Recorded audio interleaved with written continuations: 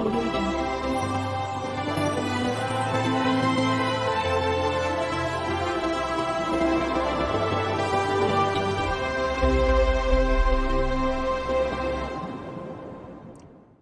Hello friends, शिखर IAS academy के YouTube channel में आप सभी का स्वागत है।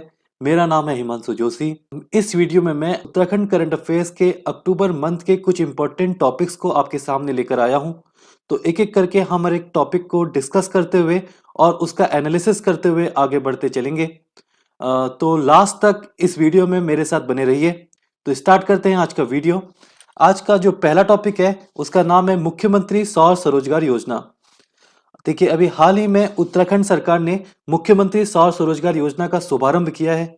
ये योजना 9 अक्टूबर 2020 को स्टार्ट हुई है। तो इस योजना का शुभारंभ उत्तराखंड के मुख्यमंत्री त्रिवेंद्र सिंह रावत ने देहरादून के वीर चंद्र सिंह गढ़वाली सभागार में किया। क्योंकि इस योजना का नाम ही मुख्यमंत्री सौर स्वरोजगार योजना है, तो इस योजना का उद्देश्य युवाओं में स्वरोजगार के लिए प्रोत्साहन लाना और साथ ही में हरित ऊर्जा के उत्पादन को बढ़ावा देना है। यानी कि यूथ में सेल्फ एम्प्लॉयमेंट और ग्रीन एनर्जी को प्रमोट करना इसका उद्देश्य है। तो क्वेश्चन है कि इसका इम्प्लीमेंटेशन कौन करेगा, इसका क्रियान्वयन कौन करेगा। तो इस योजना का क्रियान्वयन उत्तराखंड अक्षय ऊर्जा विकास अभिकरण UREDA, Uttarakhand power corporation limited UPCL और राज्य सहकारी बैंक मिलकर करेंगे। यानी कि Uttarakhand renewable energy development agency, Uttarakhand power corporation limited UPCL और स्टेट कोऑपरेटिव बैंक। तो इन तीन इंस्टीट्यूशंस का नाम आप याद रखिएगा कि इन तीन इंस्टीट्यूशंस के द्वारा इस योजना का क्रियान्वयन होने वाला है। तो जो भी लोग इस योजना में शामिल होना चाहते होंगे वो उत्तराखंड के एमएसएमई ऑनलाइन पोर्टल के माध्यम से आवेदन कर सकते हैं। तो अब इस योजना के उद्देश्य, ऑब्जेक्टिव्स को देख लेते हैं।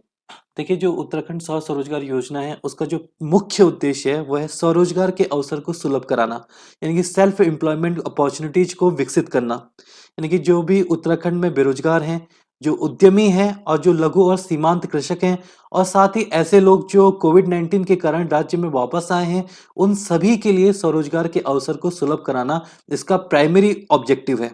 साथ ही इसके जो अन्य उद्देश्य हैं उसमें उत्तराखंड से जो पलायन होता है उसको रोकना।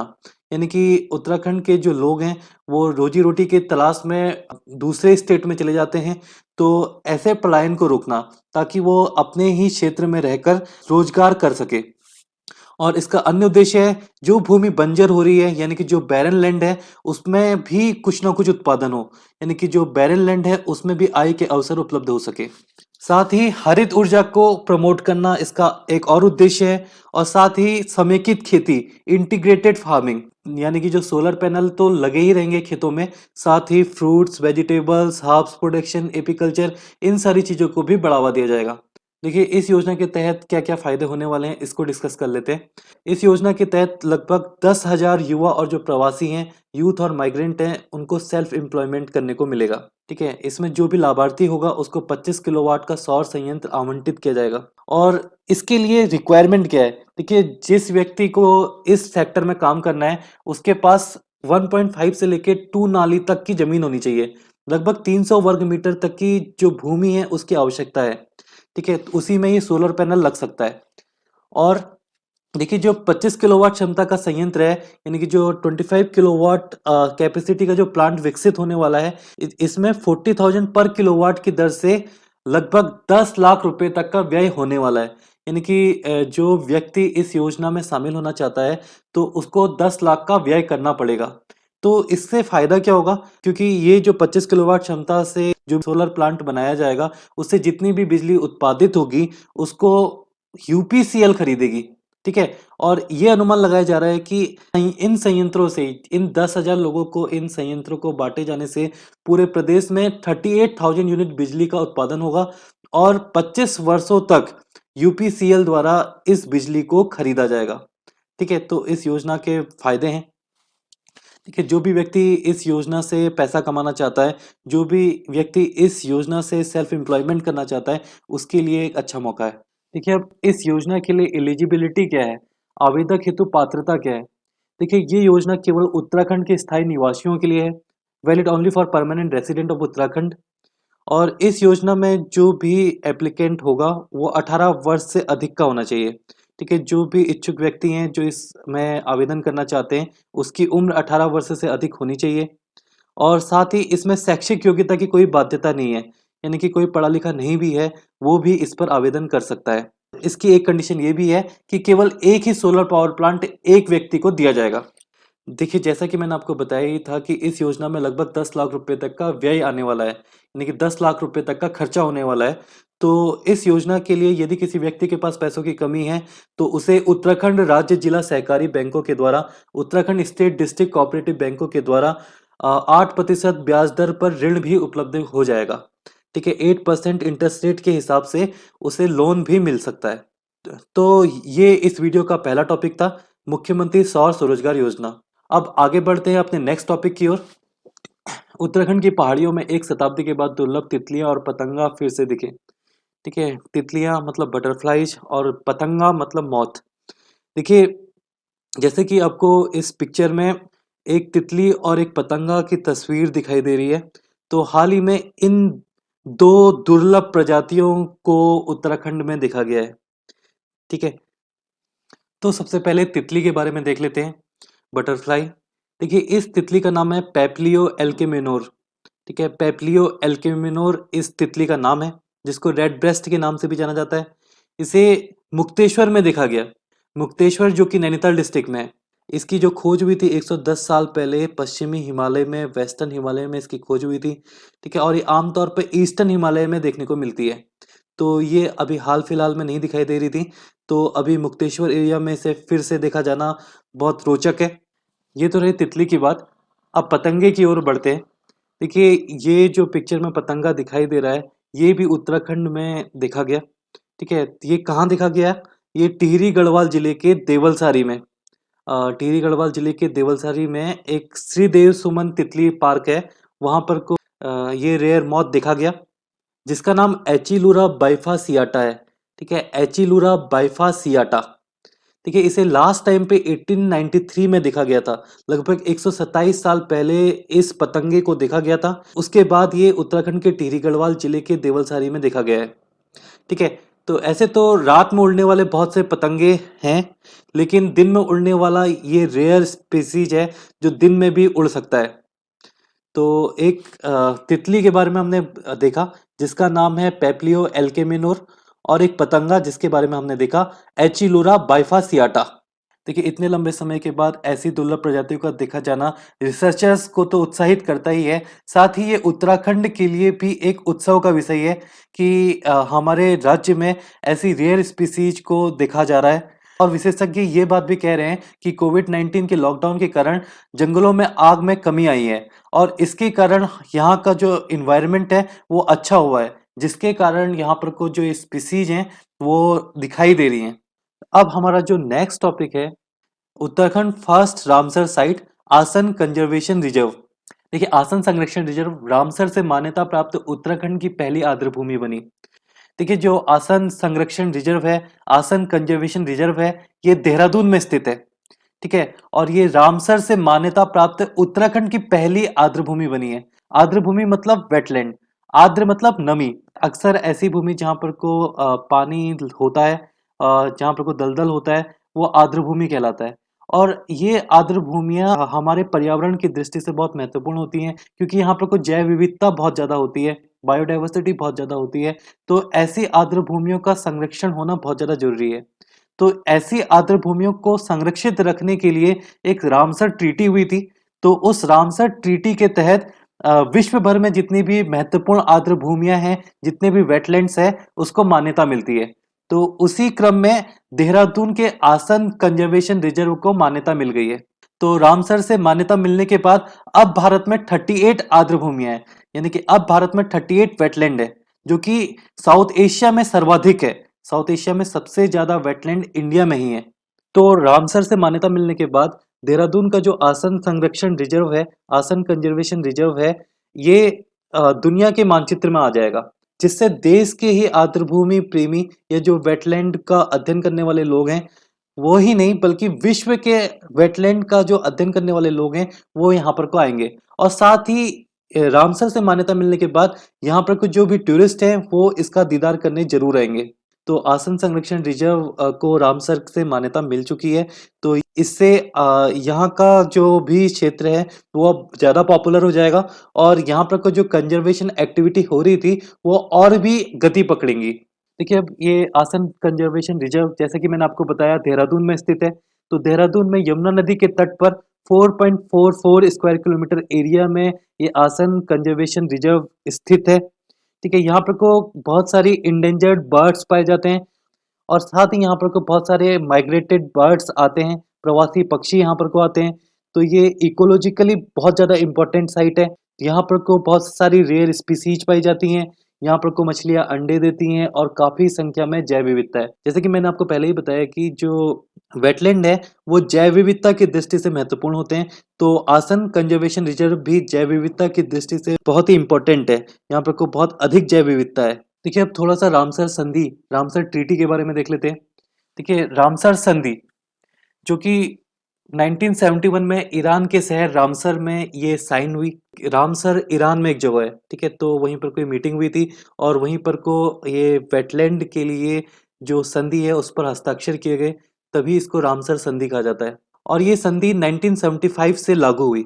ठीक है, it came into force in 1975।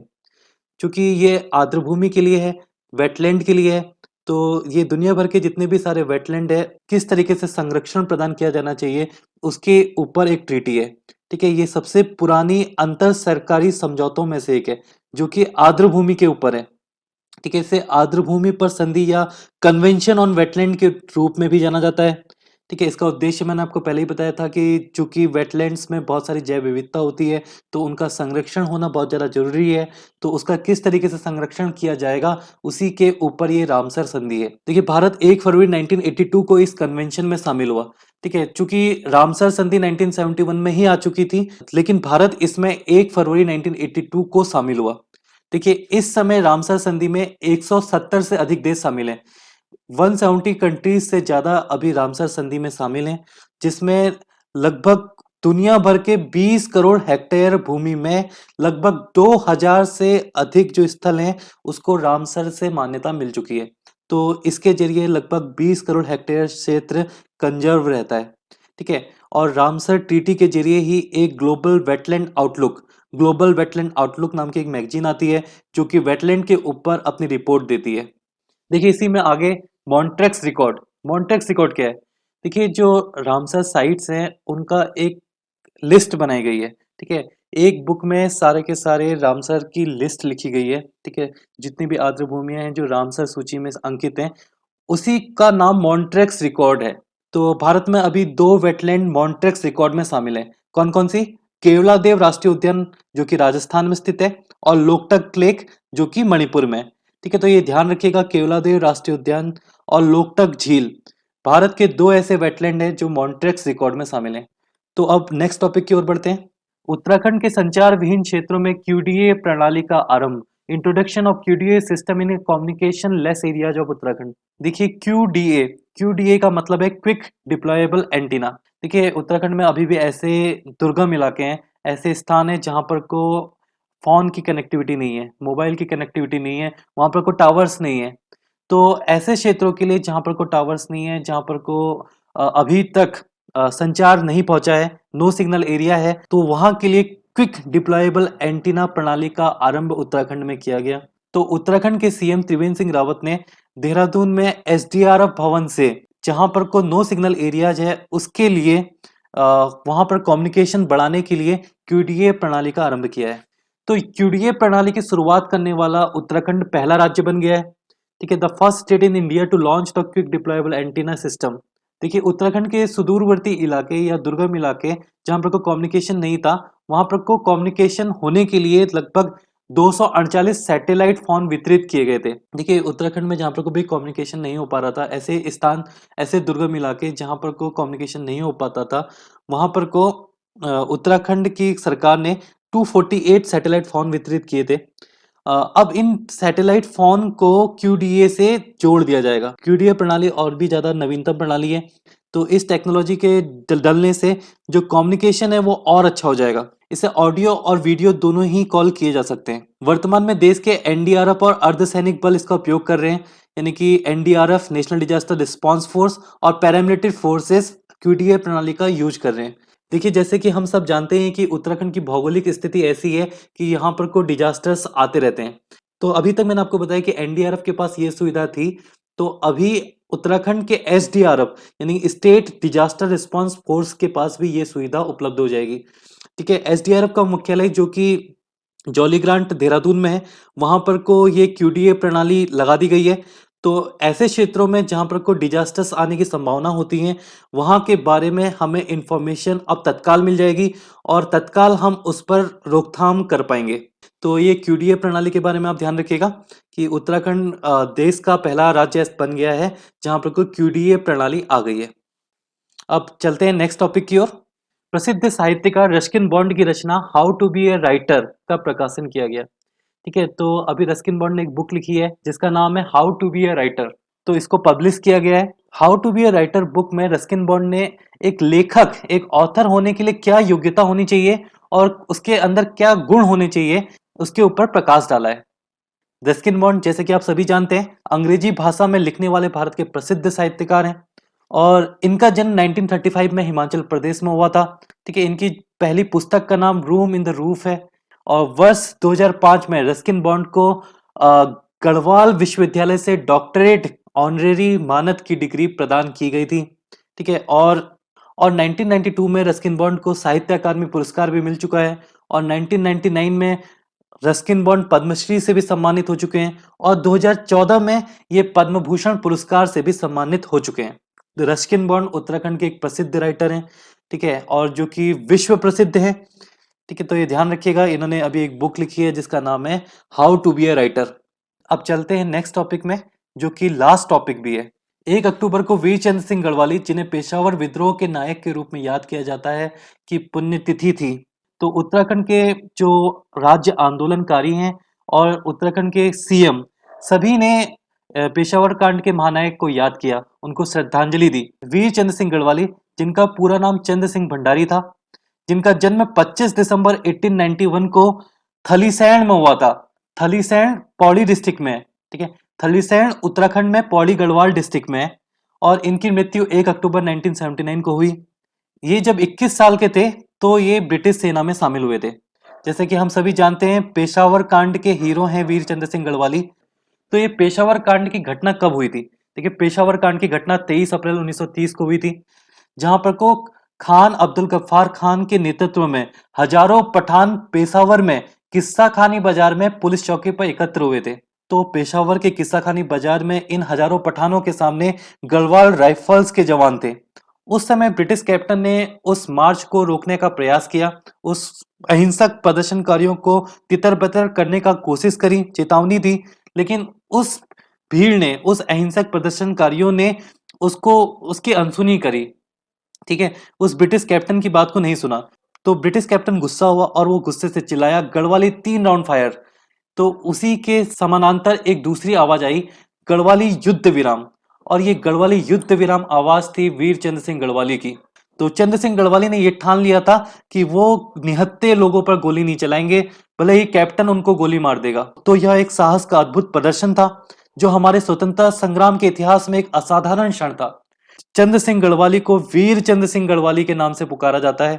ठीक है, तो वीर चंद्र सिंह गढ़वाली ये पेशावर कांड के महानायक हैं। इनकी अभी पुण्यतिथि थी 1 अक्टूबर को। तो 23 अप्रैल 1930 को ये पेशावर कांड हुआ था।